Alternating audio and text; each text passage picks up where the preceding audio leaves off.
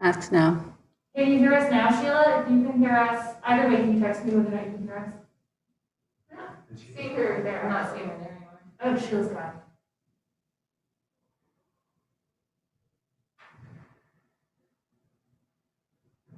Okay, the hand Well, down. Doug put his hand down. Can you unmute Doug as a participant just so we can test? I'm sorry, Okay, can you unmute Doug so we can ask him if he can hear us?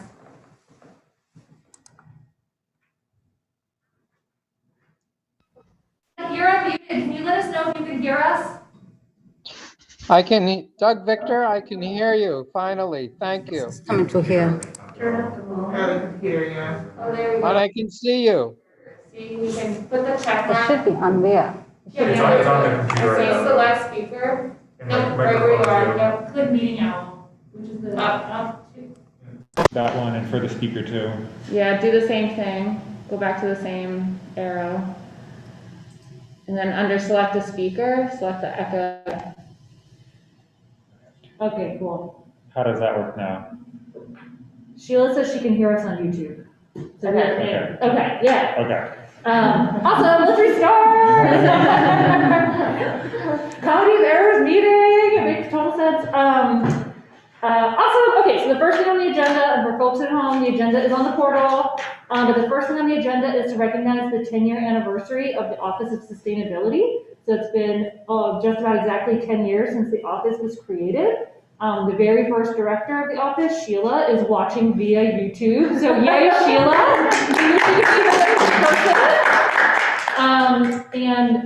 Really just wanted to take a moment to express gratitude to Leah, Sheila, Emily, Rob, who's not here, Elder, who just joined the team, and folks for just like an amazing 10 years. Like it's crazy that it's only been 10 years and you guys have just gotten so much accomplished in that time. And from the first sustainability plan to then the climate justice plan and like all the amazing work with, anyway, I won't name it all because it's so much, but as a token of our gratitude, we wanted to celebrate with some treats from Wildflower and their cupcakes.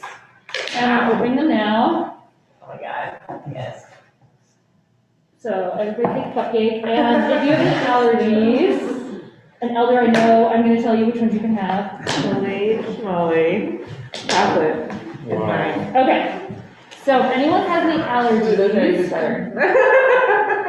and Sheila, I'm going to bring you one to celebrate after this meeting. On your doorstep. My goodness, look at those. Yeah. Oh, we need to roll call. Okay, as you're taking cupcakes, can we please do roll call? Which one's right? Susan Anderboy, I'm here. Julian Drex, Here.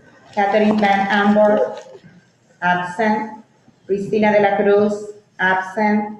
Carlos Garcia Quijano, Here? Jesus Holguin, It's absent. Amelia Rose, Here.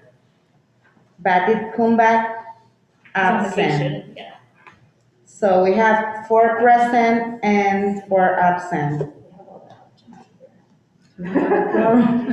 Even split. Half a person short. I want to get the seats filled. Yay! Okay, so if anyone has any allergies, they're all gluten-free except 2.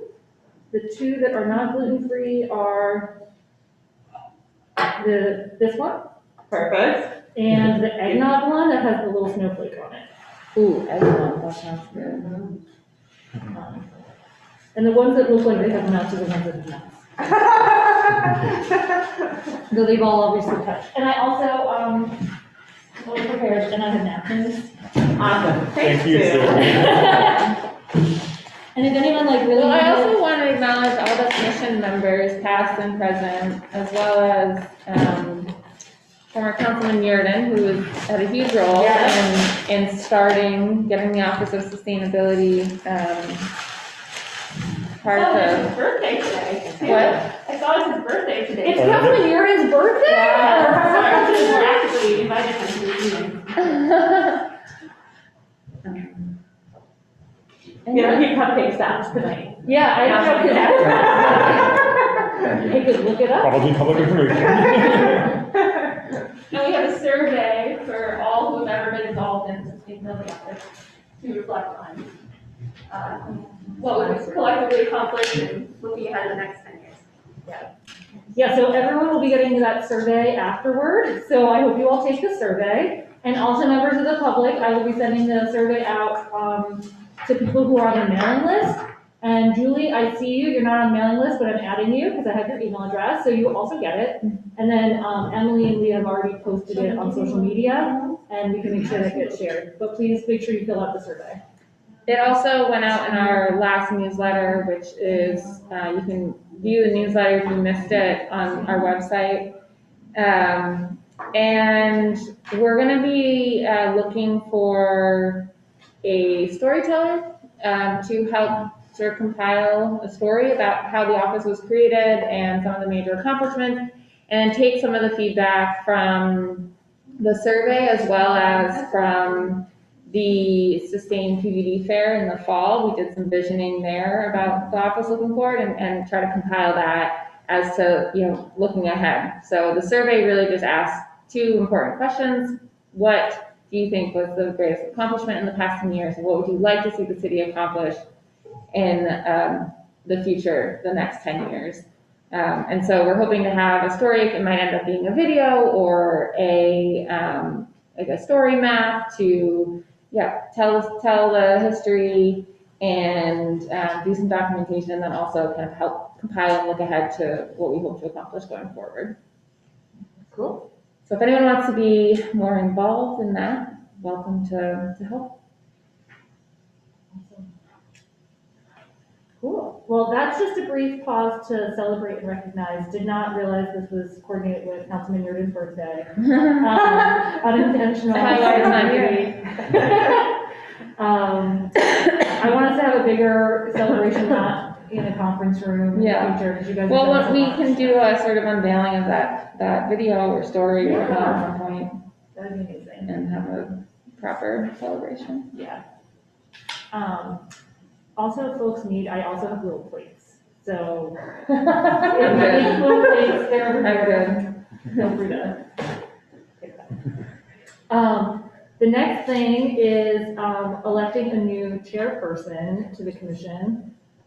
So right now, you don't have a quorum, Okay. so I don't know if you want to go on to the next one until to see if someone else comes in, because we really don't have a quorum. Okay. Even elect. Can we elect like a provisional chairperson, or no? That has to get put off. Nice try, Sue. Why?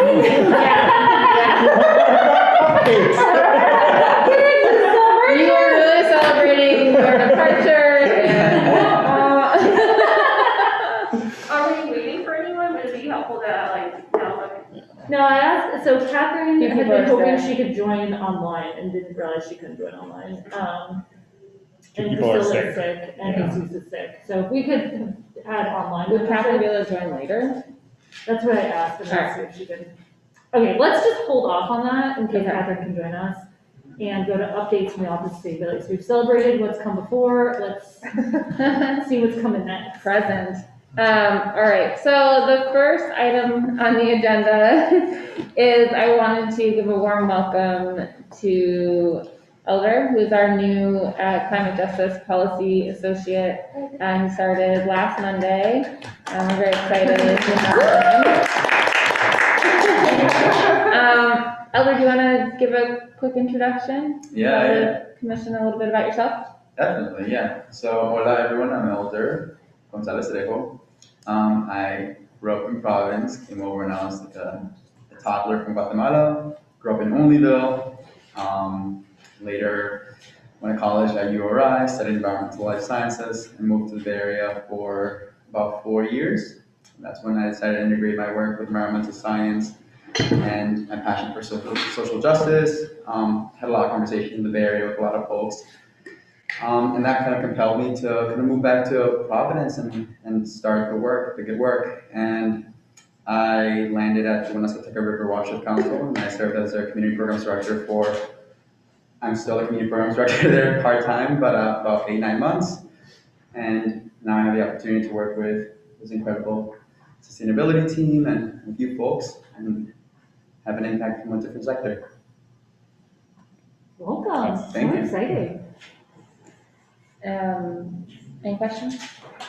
Yeah, welcome. That's Thank amazing. Yeah, so we're really excited to have our team fully staffed and elders will be working on a number of different projects, but, green justice zones and helping with our, generally speaking, helping move the climate justice plan forward.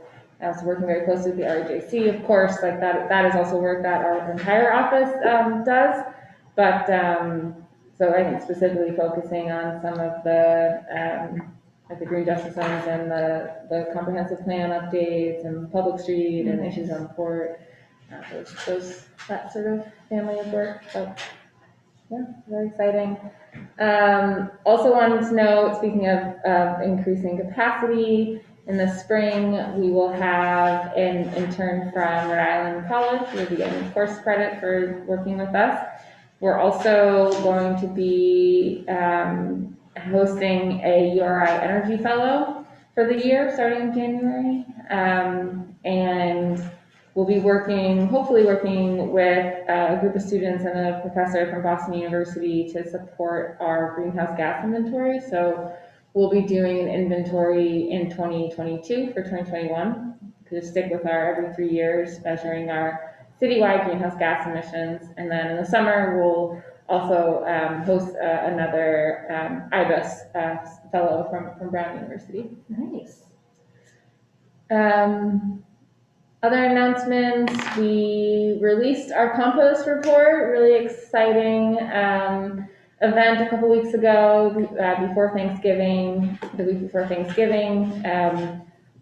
Thank you, Amelia and the team at Groundwork for hosting us at the Ring Street Garden. The report is available online. Just in short, the recommendations really call for an expansion of this sort of growing network of community compost hubs throughout the city so that all residents have access to someplace in their neighborhood where they can bring their food scraps for low or no cost.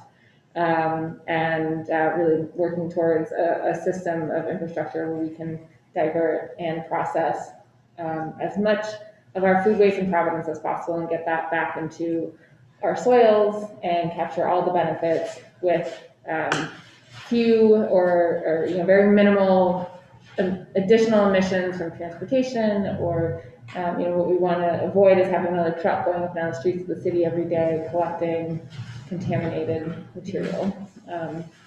So just starting to build that network slowly but surely. But again, that plan's online. I encourage you to take a look.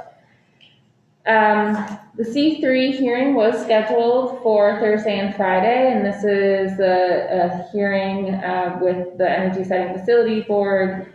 C3 is the company in Providence. It's an LPG company that has petitioned to expand their facility, their footprint in the port area, and they went before the Energy Facility Siting Board to ask to basically claim that their expansion is not a major change for their facility and they don't need approval from the Energy Siting Facility Board.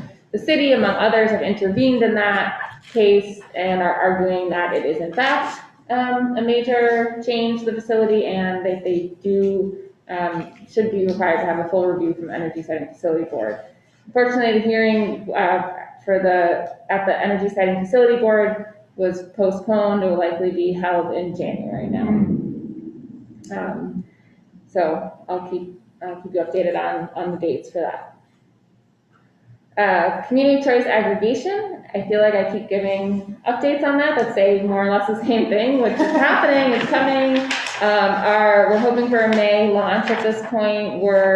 Got some great proposals from bidders on pricing based on their procurement strategies. And once the pricing comes out in January from National Grid, what like the standard offer is for rates looking ahead to the summer, we'll then be able to really have a better sense of our third-party rates, how competitive are they? So that's really important. So that's part of like the wait at this point. As you may have heard in the news, natural gas prices are skyrocketing, and this is causing electricity prices to rise pretty significantly. So that's something to keep an eye out But it's even more reason that we're glad to have this program coming so we can help stabilize those prices.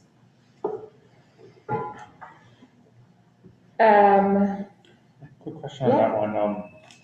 With the, I don't know how far along it is, but the news about the sale of National Grid, Narragansett Electric, to the company from Pennsylvania. And I know that, yes. And then there was some discussion around like whether the Act on Climate goals would be upheld by this new company, and kind of, I saw some discussion recently around kind of questioning that.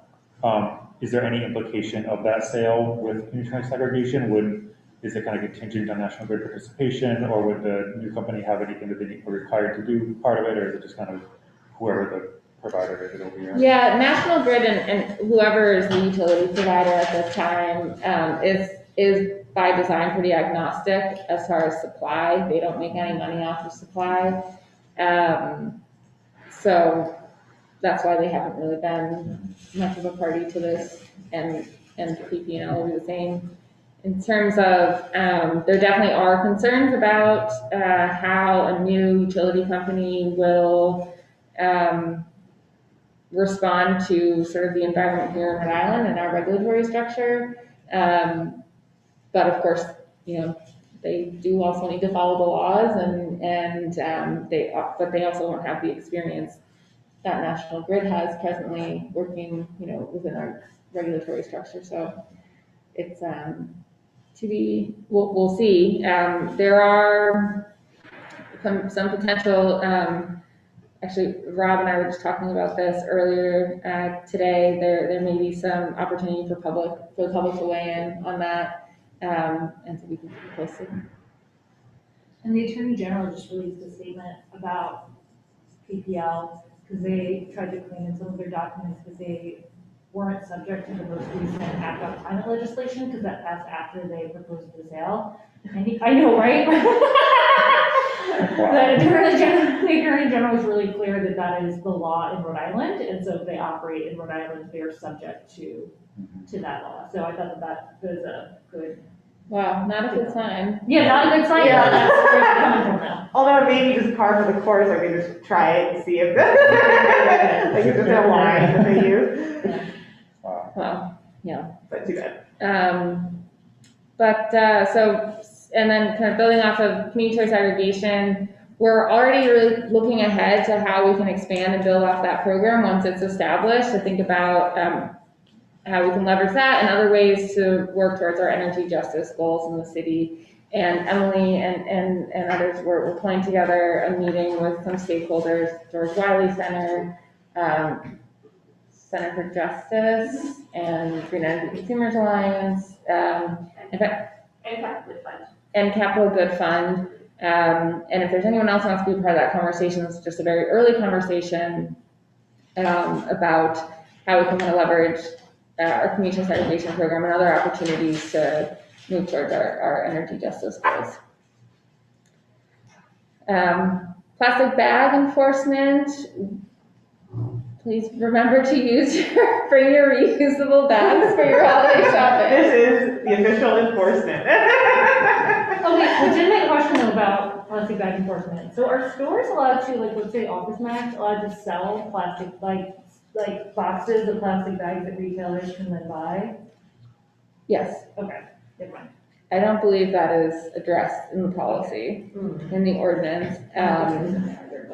But we have tried to, we've gotten complaints about a distributor just over the Providence line consistently selling and they haven't been very amenable to having a conversation just to be informed that if they do sell to Providence retailers, they won't be able to use them, and that's, so it would be helpful to have a conversation with that retailer and let them know so that they're not selling a product that their retailers can't use.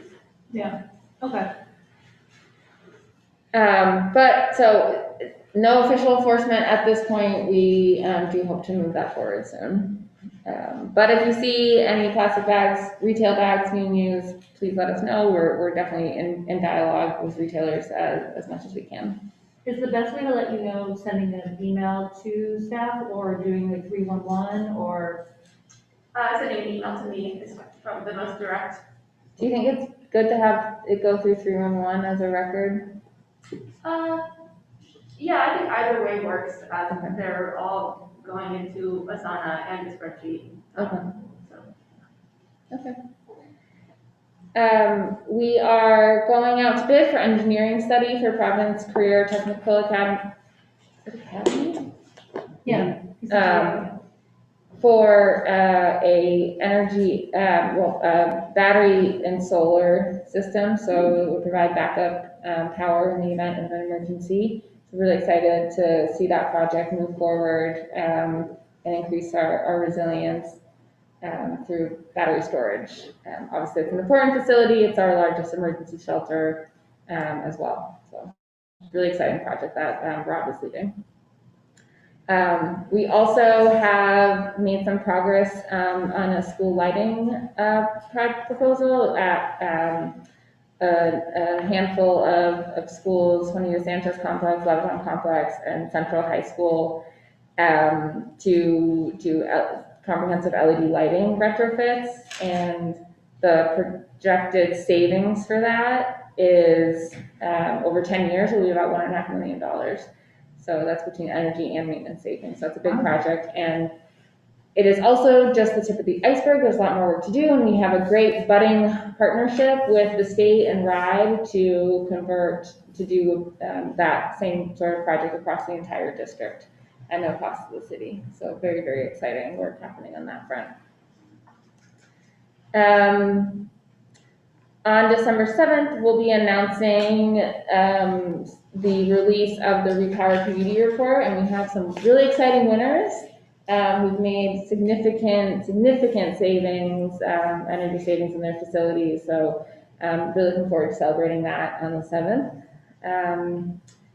And then just a quick update I know, Sue, obviously you're involved with this, but the Municipal Resilience Program process, we are finalizing the report, hope to get that to the task force at some point, or the commission for review and input.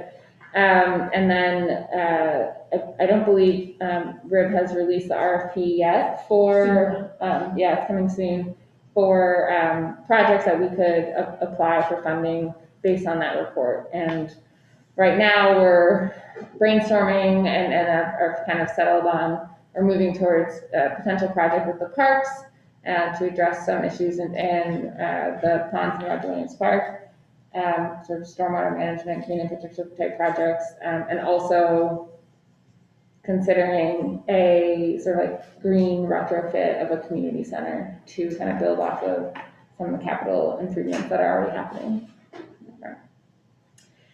And lastly, our office has been being renovated over the past couple months, and we're really excited. That process is really moving back in, which is very exciting for us. And I just wanted to share that. We'll finally have a nice space to be in here in City Hall. And Leah, are you guys, outside of your space, are you going back to the MRP conversation, are you guys having any internal conversations about now that the infrastructure bill passed, like how the city will use those funds, and like how can you spend them in like a way that's in line with your work? Those conversations are starting. There's information that's being shared, and there's meetings being scheduled around that. So we are part of those conversations, but I don't have anything concrete. It's pretty opaque at this point, or unclear how we would tap in. I think a lot of the funding will flow through the state, so it's also a conversation I want to start having with like OER and others at the state level. And there's some of the advocates at the state level who are soon to be sending a letter to the state about how with thoughts on how you could spend that kind of funding to advance like clean energy and climate justice goals. So when that gets sent, I'll make sure to share it. Yeah, please do. On a similar line with that, and I don't have all the details, but I've just been kind of following it peripherally. The EPA, not just EPA, the Federal Cross Interagency Justice 40 initiative, which is supposed to be that like all climate and energy investments across all federal agencies, 40% of them need to go to frontline EJ communities. Mm. They're working on kind of how that gets tracked and what it looks like across many different agencies, many different grant funding program streams. It seems pretty complex. But I think one piece that I heard something about that I want, and I haven't followed up on seeing if it's on anyone's radar, but there's the EPA's like diesel retrofit program, the DARE program, and there's one specifically for electrifying school buses. Mm-hmm. And then they have an additional piece that's kind of part of the Justice 40, kind of a select group of eligible school districts that could do that. And Providence, I think, is the only one in the state that is on that list. Yes, I had been in some conversations with DEM about that, and we were trying to find the right contact at Rhode to really lead that because they're responsible for that contract. Yeah. Yeah. Cool. And you had Yeah, some. you know, I felt like they responded with, yes, we have a contact at Rhode, but didn't share who that was. Yes, there is a person. It wasn't like an open, like, come on in, it was like, we got it covered, so we could follow up. Yeah, I can find out where that stands. For the Municipal Resilience Fund, how much money is that, like, that the city can apply for? It's not that much. It's like 150 to 250 kind of range, and there's a match requirement. What about the composting? What about what? What about for composting? For compost. Would that fit into the resilience idea? Rather, you know, just Potentially. another idea. Are there other ways to influence how the city applies or what they apply for? Well, because RIP also has funding that isn't just the MRP for like infrastructure, so that's something to think about. Loans. And some like grants, is my understanding, like they have various different buckets. Mm-hmm. Anyway. What do you have in mind? Helping set up more drop-off locations Yeah. around the city. I think we need to figure out, we don't have a pipeline of potential locations, so we'd have to kind of figure that aspect out. But I'm happy to talk about sort of what is needed to make that happen, like what sort of space we need and what the funding would be used for. So yeah, we can shut up on Okay, that. I'll email you or whatever. I Yeah. mean, it doesn't really matter because it's just like, whatever. It's just like a pot of money that could be used, you know. Yeah, I guess what I'm saying is what would be helpful is to first identify like what we have to have ducks in a row. like what would be, you know, the funding be used for, or like not even forget about that funding, but like what are the sites and what sort of investments are needed in those sites, and then we can try to find funding to make that happen. Because we're also going to want to be starting to think about planning for next fiscal year, our budget requests and whatnot. So It's not, I know, I guess it is. It's not it's not cheap. It's not expensive, but it's also not cheap. I mean, I think the labor of maintaining them is the thing that costs. Right. Versus. And that's like, the harder. infrastructure That's itself. also the hard part to fund. Yeah. Right. So we have to have the maintenance piece in place as we think about expanding those types of sites. Yeah. Okay. All right.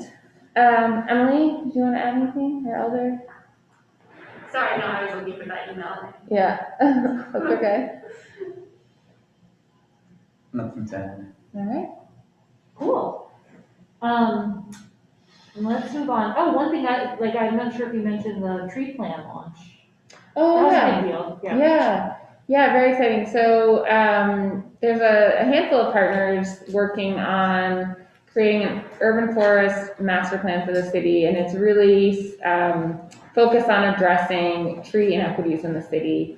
So it was like 3 weeks ago, maybe at this point, there was a celebration, a kickoff to launch that process. If you're interested in learning more, getting involved, PVD tree plan, just search PVD tree plan. The website is part of the Providence Neighborhood Planting Program website, and so they're a key partner, as is the Nature Conservancy, the Forestry Division, and my office are all working on that. We're also partnering with Youth in Action and Movement Education Outdoors to support the engagement. It was a really lovely event. It was. Yeah. Okay, Priscilla is not here, so we're not gonna have updates from ECRI, but the quick update I can give you from ECRI is their monthly, all member meeting, but non-members are welcome as well, and they are still on Zoom, is this coming Monday at, hold on, my calendar just went away, at 5 PM. And I can include the Zoom link in the, if folks want to join, I can send that in a follow-up email, or I also sent you a survey. So that would be the big equity update. And I put it on my calendar because Ripto was joining, and it seems like likely relevant to climate. Yeah. Act on climate, right? Yeah, so Ripto will be joining, and the meetings generally, if you haven't been to one before, there's normally like a presentation or someone will come and talk. So last time it was Terry Gray from DEM and Nick Ucci from the Office of Energy Resources talking about Act on Climate, and this time I think it's Ripta, and then there's time just for like member updates and going around the table. But I recommend it. And then ECRI will be is determining their legislative priorities for 2022. And so they'll have some follow-ups on that in the next little bit. It's crazy that that's underway. And then I know we have at least one member of the public on Zoom who needs to leave like pretty early. And so I want to make sure that we hear his public comment. So let's do public comment and then this discussion relative to new members, because that's going to be a short agenda item, because that'll be a lot of what we talked about in December. But could we, if he's still there and I have my glasses on, PBD Noise Project, can we open it up to public comment? I know you wanted to say something.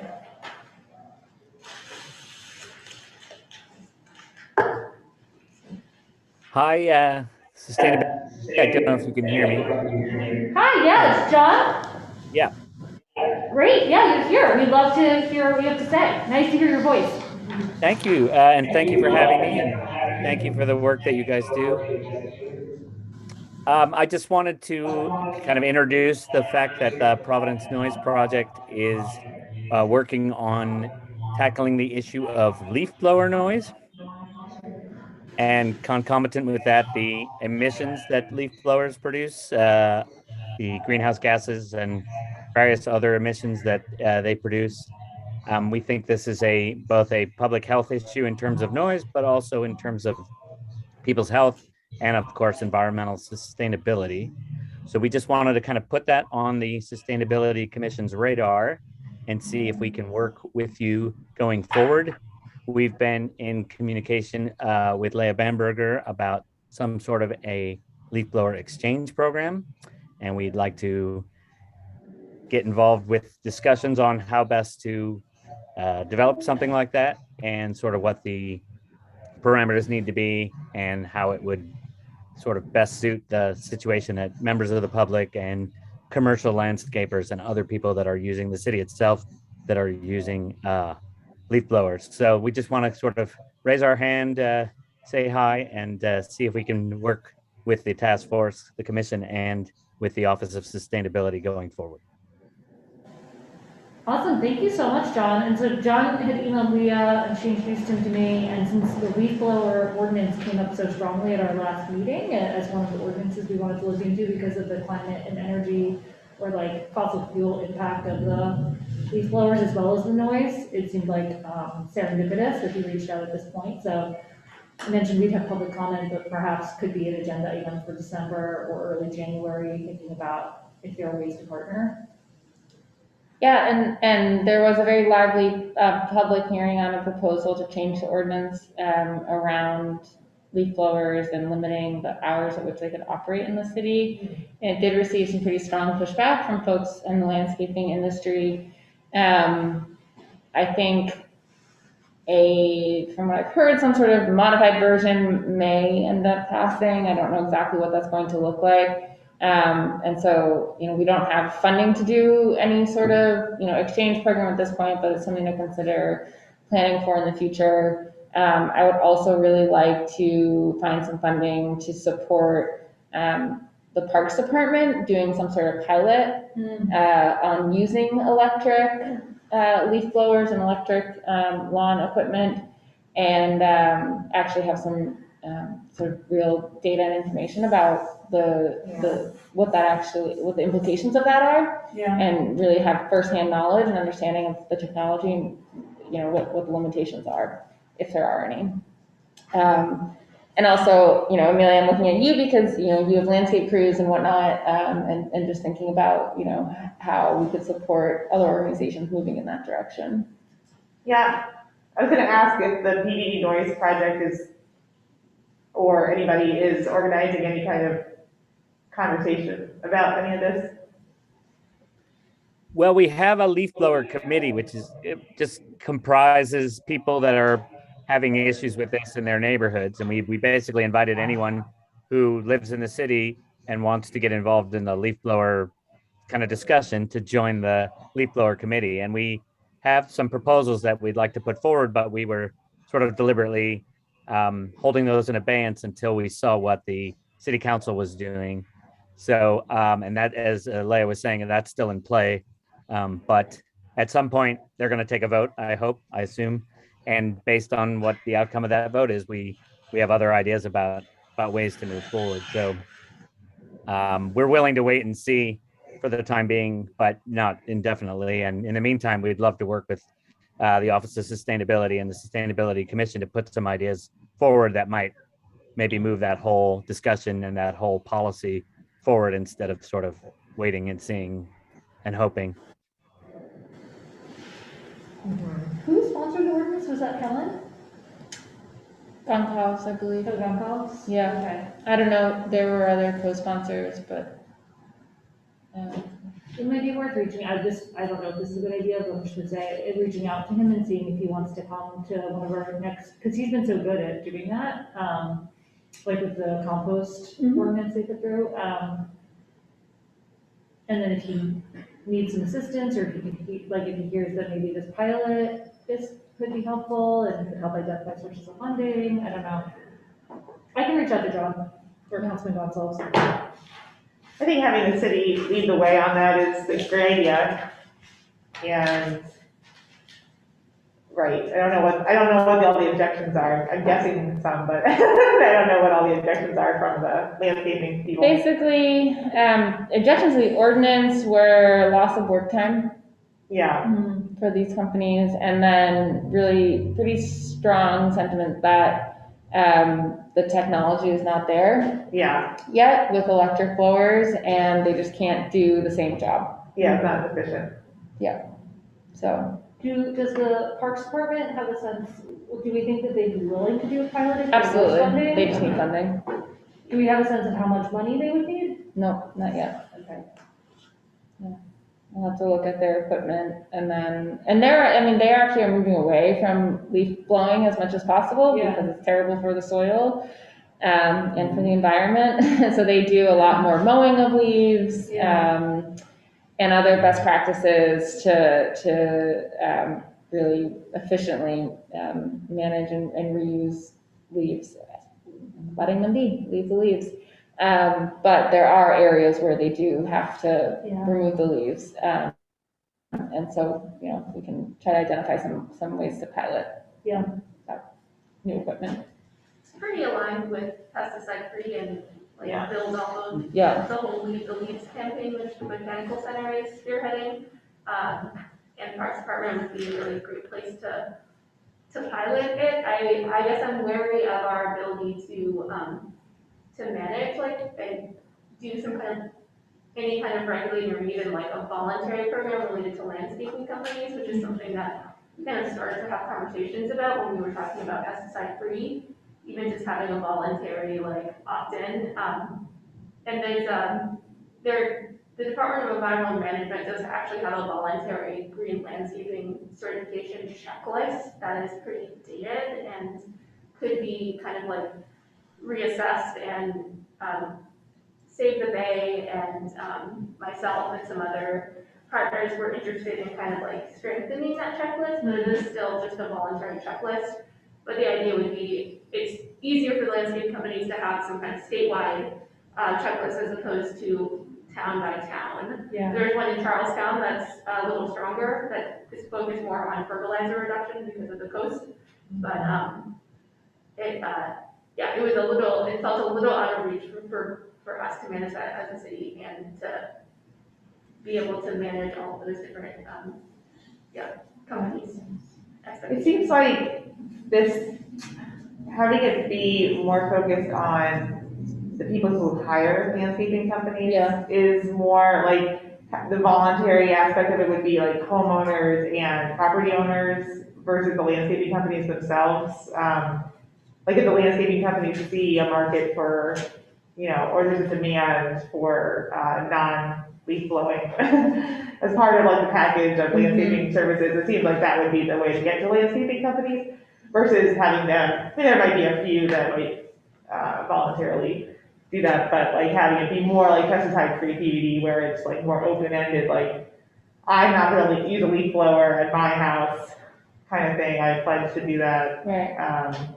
Or Well, like yard around signs, university. no leaf or- blowers here. Yeah, no leaf blowers, or like or like putting up signs that are like, please don't blow, have a leaf blower noise, like how they don't have motorcycle noise on my street or whatever. Yeah. I don't know.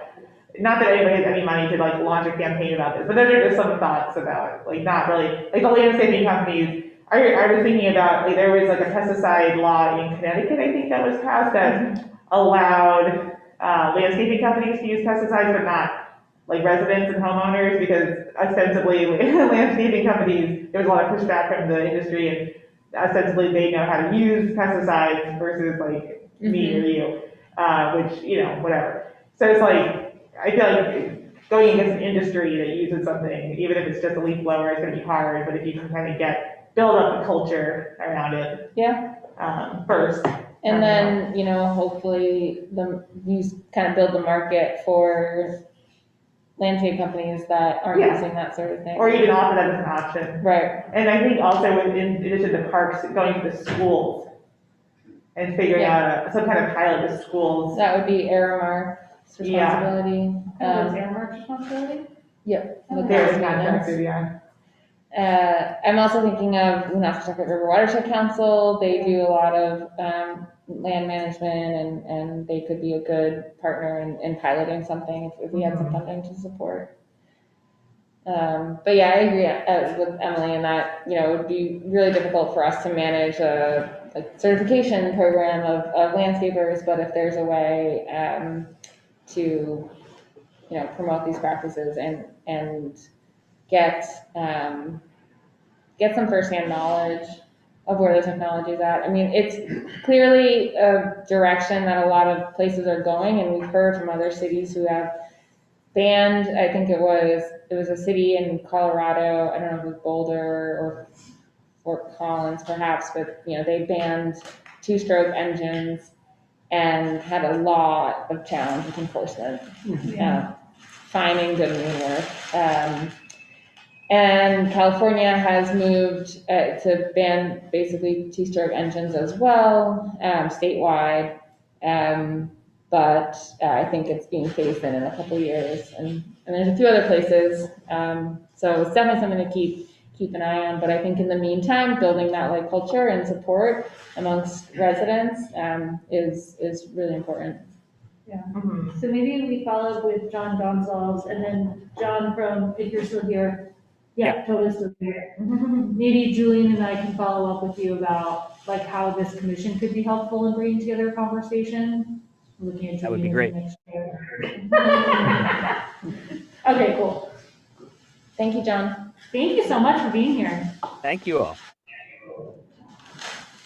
Cool.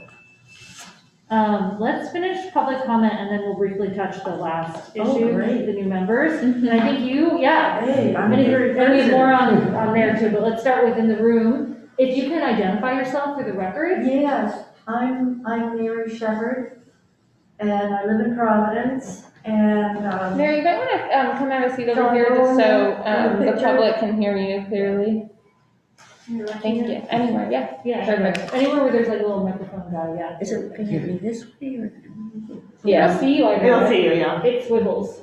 So I have just, I'm a historic preservation advocate, and I just put up a proposal before one of the ARPA committees. I was up at the State House on November 15th for the at the Senate Finance Committee to try to get ARPA funds to save the Superman building, which has been empty, you know, the Industrial National Trust building at 111 Westminster Street in downtown Providence, for our other audience. And it's been empty 8 years, and it's getting in worse shape, and we've got to do something. We cannot let it be demolished. I mean, demolition is out of the question, and I thought, and I've written an article too, which I hope will come out in Providence Journal soon. One of the big reasons why we have to save the building and restore it, renovate it, of course, but it's sustainability.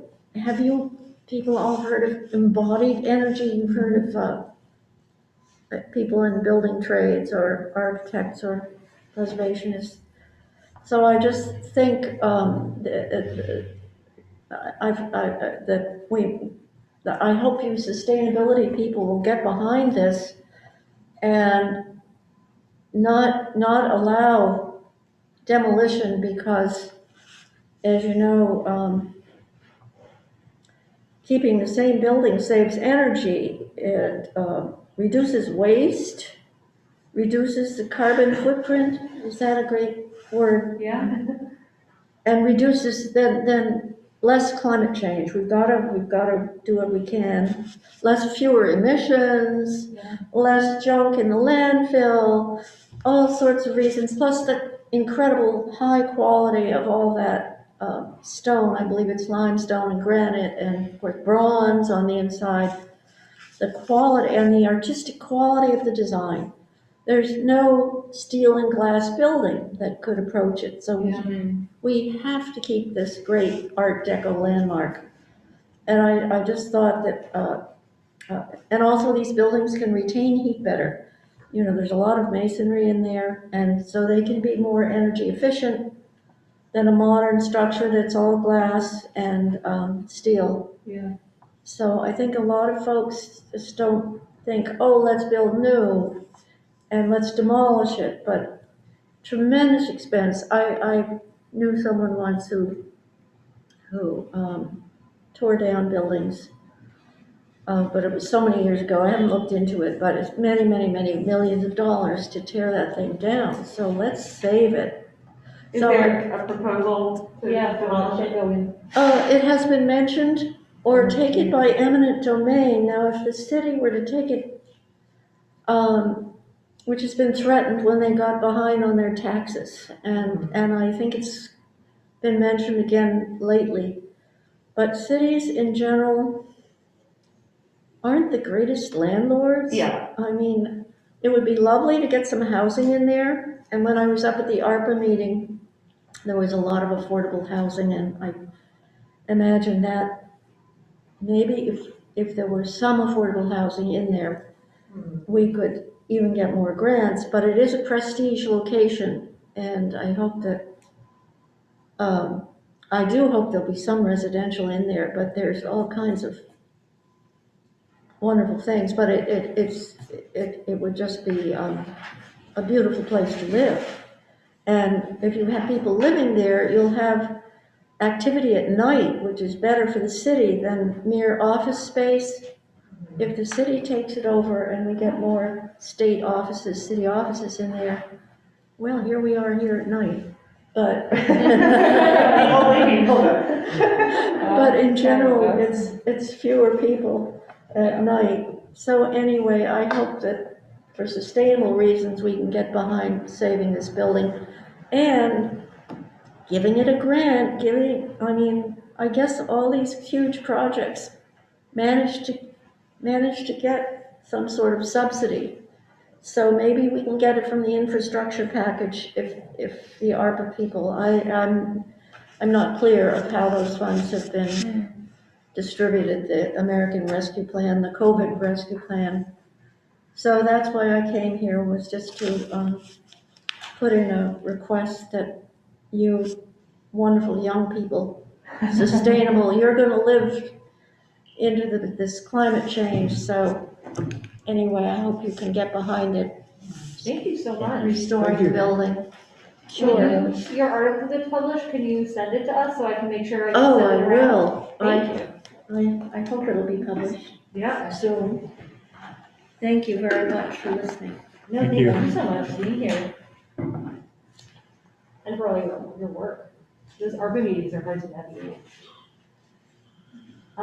Okay, it looks like we have more public comment. How about Doug? You're at the top with your hand up.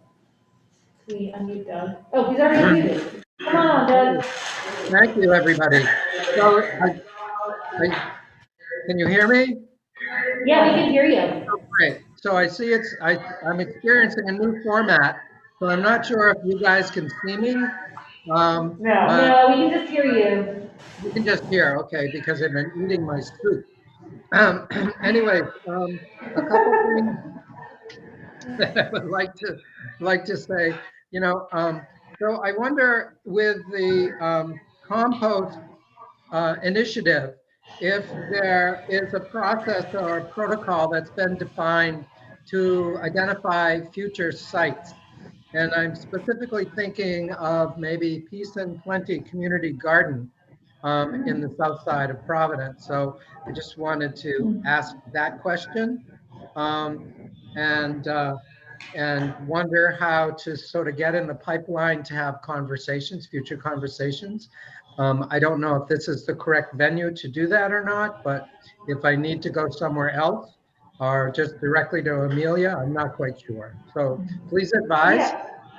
Yeah, Amelia's here. Yeah, I can respond, but Leah also probably can respond with other information. But Zero Waste Providence is sort of taking the lead on helping identify new drop-off locations.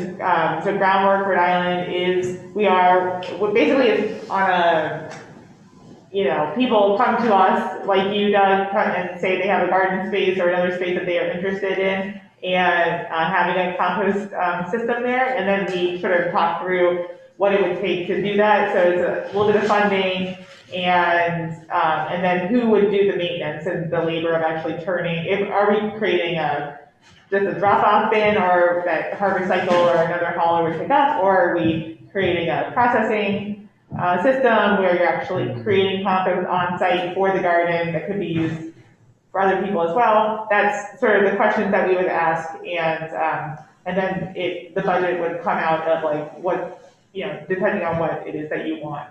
So yeah, you can basically email me, and then I'll put you in touch with our Harvest Cycle coordinator, and then and probably maybe someone from Zero Waste Providence, and then there's we're basically fundraising for each of these locations that want drop-off sites. Thank you. Yeah, Thank you so much. I would just add that there are 3 in development. One is going to be at Mount Pleasant Library. Another is going to be in that same sort of little strip mall right by Planet Fitness in the West End, where Fearless Fish is. And then also at Rising Sun Mills, there will be a drop-off location. And so the way it's really happened is there's a willing host as a starting point who will host the collection site. And then from there, it's arranging with one of the various haulers, whether it's Harvest Cycle or Bootstrap, or there's a few others, and arranging for them to manage that site, do the collection. So you could host a bin for residents to bring their food scraps to, and then there would be a hauler who's responsible for collecting that a couple times a week and maintaining it and make sure it's clean and doesn't create any issues. So parks have been a little bit challenging because there's always a concern about just dealing with the maintenance and the phone calls that the parks inevitably gets when anything is placed in a park. So it's not, it can be done, but it's not, there are challenges there. But a private landowner or a library, willing library, those have been great hosts so far. Thank you very much. That's quite helpful. My other comment is about the open meeting portal for the city. So I left the meeting because somehow my audio is completely blocked. So I went back onto the open meetings portal and it wasn't listed as a meeting. Evidently what happens at 5 o'clock when the meeting starts, it gets posted at the bottom as a past meeting.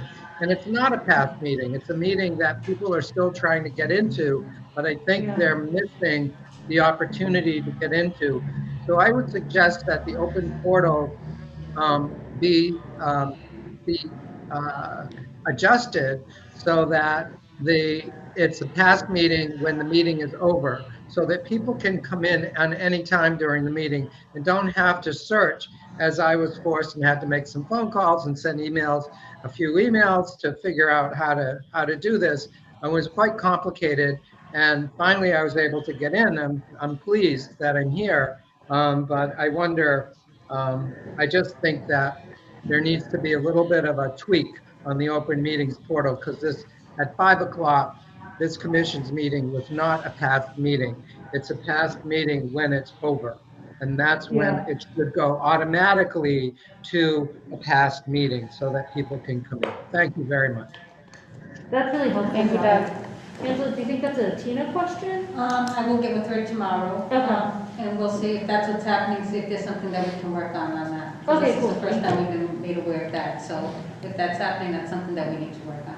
Okay, thank you. I also, sorry. Okay. No, in posting about this meeting on social media, I recalled that originally we were not posting Zoom links directly on social media due to worry that there would be trolls, I think, or that, so I don't know if it's appropriate to just link to the PDF that has the Zoom link, or I think I linked to the Open Meetings portal page, which may or may not change when it is past the meeting time. So that's helpful information to consider. Oh, that's really helpful. Yeah, and if we could be posting the Zoom link just on social media, that seems like that's even easier that folks can just click on. Okay. Thank you. Thanks, Doug. That's really important. And it'll help make all meetings more accessible. Oh, no, it was just about the compost sites and like hosts, and if we had spoken to like work with Farm Fresh, just because I know like that area only allows a ton of space. You also have different sites and locations. Consider it. Yeah, Groundwork and our office have tabled at the Armory's farmers market and likely other farmers markets, and have posted compost drop-off sites at those markets when someone is there, but it requires staff time to be there to host it, and the idea of the farm fresh house would be another good one. Yeah, that's a really good idea, because when they had that winter market at the Hope Ortiz Village, I want to say like 8 years ago, they used to do compost pickup, but then there was also some like liability because someone tripped on it, and like their host, anything that could go wrong will go wrong, but and they didn't own that building, so it was like a liability, but they own that building now, so, and there's more space, and there's no steep staircase, and like, all the things, so that could be good. Yeah, and with Hope's Harvest being located there too, doing cleaning, like that could be they have trucks and. Realizing it's getting late, and we probably want to eat something that's not just cupcakes. We also have Linda Perry with her hand up, if you want to join in, Linda. That cupcake. Hi, I unmuted. Welcome, Linda, we're glad you're here. Thank you, and congratulations to Elder. I have a question for you. Hi, Elder. Go ahead, Linda. Hello. There's a little bit of feedback from you, Linda, just as a heads up. I don't know why. It's better. It's better now, so whatever you did, keep doing it. Okay, maybe my microphone was a little loud. Sorry about that. In terms of policy, environmental issues, and Sue, I'd mentioned this to you many times before. Are we any closer to a solar siting ordinance for the city? And it could be a quick answer. Linda, what do you mean by a solar siting ordinance? Well, because Providence doesn't have. is there a proposed like language for what would go in that? I think that's been my question before, like, is it about appropriately citing? Is it about encouraging? Like, what are we trying to fix with the ordinance? Well, it would be to use brownfields, specifically brownfield solar siting ordinance and the contaminated sites in the state, which are anywhere from Providence, Smithfield, and down to South County where there's these quarries and stuff. We don't have a solar siting ordinance in Providence per se. Remember that we sat in on that seminar on solar siting. That was Mr. Curran's, I believe. And so that was, I was just trying to push that through in the zoning to utilize some brownfields in the contaminated south side area. So it would be a little bit easier to move forward. The reason we don't have a solar siting ordinance is because there's nothing in our zoning that prohibits solar from being developed anywhere in the city. A lot of other communities develop solar siting ordinances to actually restrict solar development on things like green fields and farmland, but we don't have that issue here in the city, and there's absolutely nothing that would prohibit someone from building a solar array anywhere in the city, except for if it's in a historic district. There are some extra measures that have to be followed if you're putting solar in a historic district. But I don't think that's a barrier for the area that you're talking about. I can add like a quick thing at the state level. Right now, the policies that exist to develop solar and other forms of clean energy, we have a couple different ones, but they generally, the way they're designed currently is that they try and drive development to the least cost areas, which has been causing, wearing my Nature Conservancy hat, destruction of forests, because those are the least cost areas to develop. And there is some movement to work with some legislators to potentially introduce state level legislation this year that would provide preferential incentives to site in areas like what you're talking about, but that doesn't exist. That doesn't exist yet. We're hoping that'll be introduced this year. Yeah, well, that was what I was thinking, if you guys could support that, but maybe you don't get involved in what's going on in the state, to just support urban brownfields as a solar site. Yeah, our position as a city would absolutely be to encourage solar siting policy across the state, for that policy to support development on brownfields, on places that protect open space. But of course, we also want to balance that with the needs of the state to reach its climate goals. Yeah. So it is a complex issue that a lot of people have been working on to find the right balance. And once that there's something to really look at and examine, the city will absolutely weigh in on that. And if that does get introduced at the state level, I will make sure that it gets shared with this commission, because I will probably. Yeah, I know it's happening in the state, and hopefully it's happening on Allen's Avenue sometime soon. The other question is, briefly, community choice aggregation is, if I'm correct, what it does is kind of limits the amount of money for electricity. Am I on the right track there? And would that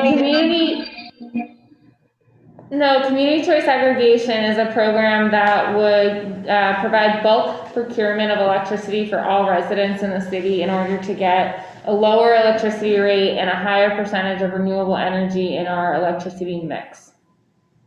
Okay, so if we had a community solar facility in South Providence, which we all know I've been advocating for a couple of years, would that be complementary to the initiative for community choice aggregation? And then therefore it would kind of hit all the bullet points in your climate justice plan. It would hit several bullet points. It would be community solar. Not necessarily. What we're hoping to do, one of the things that we're looking towards for the community choice aggregation is to develop what is somewhat known as utility scale community solar, utility scale solar. So with community solar, you have to get residents to sign up to be a part of the community solar project. And often that ends up being folks with privilege and access who understand how community solar works and can get the discounts that are associated with it, rather than going to low-income residents and perhaps, neighbors of the solar farm. What community choice aggregation we're hoping ultimately could allow us to do is to develop solar projects that get distributed amongst all of the residents of the city. So it's benefiting everybody, not just a select few who have access to that information and can sign up and be a part of that particular solar farm. Yeah, okay. I understand. We're not cutting down trees like we did in Smithfield or in other places. Right. This is a compact, integrated South Side community solar proposal that would be community owned and operated, and the funding, they would sell the power and then they would make money on it, and then they would be able to use the additional income for community programming. And that's sort of the full circle concept of the Thurbers and Allens Avenue community solar proposal that I haven't really had an opportunity to discuss because it's a work in progress, that's getting more attention as we go. And just wanted to create. I appreciate that. Community solar is something that's evolving a lot. And I think, as I described, I think there's ways to structure it that could make it benefit a lot more people than how it currently is structured. So it's definitely something we're working on and thinking about, particularly as it relates to community choice aggregation and how we can leverage that program to bring more renewable energy to everyone in the city, especially our low-income ratepayers and folks who could really stand to benefit the most from a discount from solar because they don't have access. Yeah. Well, that particular site, it could power between 300 and 400 homes in South Providence. And it could be a money-making proposition if all the initial destruction of what's there and the planning and everything could be grant money from DEM and all that. So the other, one last thing is, do you have any information, any concrete information in terms of Public Street and the funding from the mayor, and if it's ready to be used? Or if you have it's not quite ready to be used. There are some conversations about funding for that site, and but there's a process with city council and a bond process to get that funding. So it's not available yet, but we do anticipate having ample funding to support the redevelopment of Public Street and the waterfront access there. Yeah. Now, has anybody been in touch, your office perhaps been in touch with the new property owners there? Besides parallel to Public Street. I know that the council is putting forth a resolution for money for DEM, DPW, and I know that REJC has been promised some money from the CIP plan that we know of. But has anybody reached out to National Grid, who is now a Pennsylvania-owned company, or will soon be?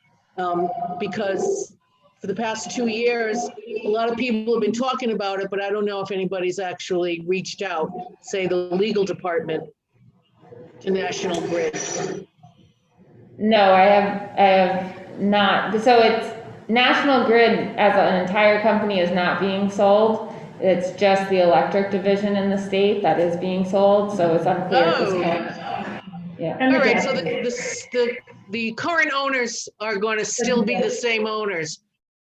The land that they own on Allens Avenue is still going to be owned by National Grid? I don't know, Linda. That's, will be probably a part of their transaction, but I don't have information about that. Yeah, that might be a question for like the DPC, or it just might not be known because all their assets, it's still, that deal won't be done until early next year.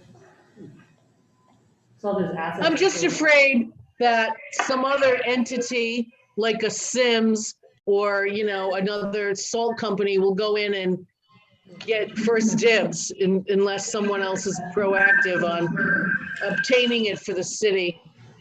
That's my fear, because on Ellen's Avenue, we take 3 steps forward and 2 steps back, and we always playing catch up with, I say, destruction of the environment. So, Yeah.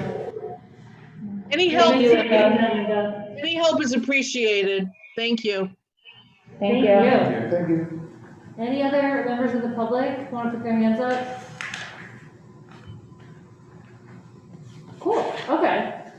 Well, then we just have the one final thing, which was potential discussion relative to new members. The main part of this is just to say, so I sent out 2 commission members that we have 3 applicants for new members. Right now we have 1 open seat. I believe it's a mayoral seat. It was the one that we had voted to ask Susanna Lee to join, and then she kind of ghosted us. And she came to every meeting until we elected her and then disappeared. So I think she just found other things she wanted to do with her time. And so we have at least 1 seat open right now. We got 3, I thought, really solid applicants. So I didn't send that out with a ton of advance notice, but thought we could talk about that next time, potentially. Is that a conversation that we have in executive session? Yeah. Yeah. And so that's why I'm not even saying who the names are right now, but next time maybe we can go into executive session and talk about that member. And I know I've talked with Jesus and Vatic about, right now they're just appointed seats, and while I'm still chair, I had mentioned that now that we've had 2 seats reserved for the RJC, do they want those seats, or do they want the RJC, or want additional seats? And that's a decision they haven't made yet. So there could be 2 more seats, there could not be, but we have at least 1 seat that's been vacant for a while. It'd be great to get an active participant in there. And there are also the 2 youth seats. And I don't know if I haven't had a chance to talk to Elder about this, but one of the things that I want to work on with Elder is we have some funding to help hold a youth climate summit. And we'd like to put out a call for youth-led organizations to really host that event. And one of the outcomes would be to have the youth from there nominate 2 people to serve on this committee, and then also kind of have conversations about how to provide the scaffolding and support for those members to really fully engage in our work. Awesome. And I think this only affects potentially me and Amelia, but the ordinance did also put in term limits for commission members. And so while I'm stepping down as chair, I think I still have a little wiggle room to not leave the commission, but I think that I have to look, but I'm pretty sure the 2 of us might be bumping up against that. Yeah, I've been bumping up against that. Yeah, well, we didn't have term limits till now, so. Yeah, so there might be additional seats. So if we love all 3 of these people, there might be some opportunities coming up. And they seem really fantastic. I was really excited about the 3 of them. So, not to sway you into being excited, but it's pretty good. I also reached out to one of my former students. She's an Narragansett environmental activist. She lives in North Providence, but she said she would be interested in applying for supporting the commission. And she's in North Providence? She lives in North Providence. But I was thinking, I don't know if you knew, but a couple of weeks ago, the White House put out a memorandum elevating indigenous knowledge to try to include it in policy decisions and all that. So I think it'd be great if we could attract Narragansett or Hampton people to be part of the commission. Yeah, that'd be amazing. Up to speed on that regard, having indigenous representation. Yeah. Can you send her the link? Do you still have it for the application? I think I have, but if you could send me the latest one, I could definitely.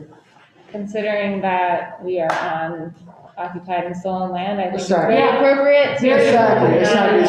adhere to those obscure boundaries. Yes. Exactly. Yeah, I was thinking that. I had missed initially when you said she was indigenous, but I just heard from Providence. But yeah. She lives in North Providence. Yeah, but she was like, I live in North Providence, but we had talked about it. I think Yeah, and I like how you described that. These are our Exactly. I mean, yeah. Boundaries that we don't. The boundary should not apply definitely for Narragansett peoples. This is all their Yeah, land, this is all to their begin land. with, so. Yeah, and so we'll talk about it next time, but if folks still have other people they want to encourage to apply, like the link is still live. So I'll send it back. Okay. Yeah, and so still encouraging more people. That is all I have. It's not an official meeting because we don't work, so we can just kind of peace out. If Jesus were here, I'd say on a motion. Oh, didn't we learn we don't have to do motions to end meetings? Oh, yeah, I think that's what they said last time. Yeah, let's all just do a motion now. And if there are cupcakes, Angela, did you get a cupcake? No, but I can probably grab one when I'm done. And I thought ahead, so if folks want to take some to go, you can also put them in these cups, and then you can also just drink them at home. Thank you, Sue. Thank you. Thank you, sir. Thank you. Okay, we're gonna have my. Yes.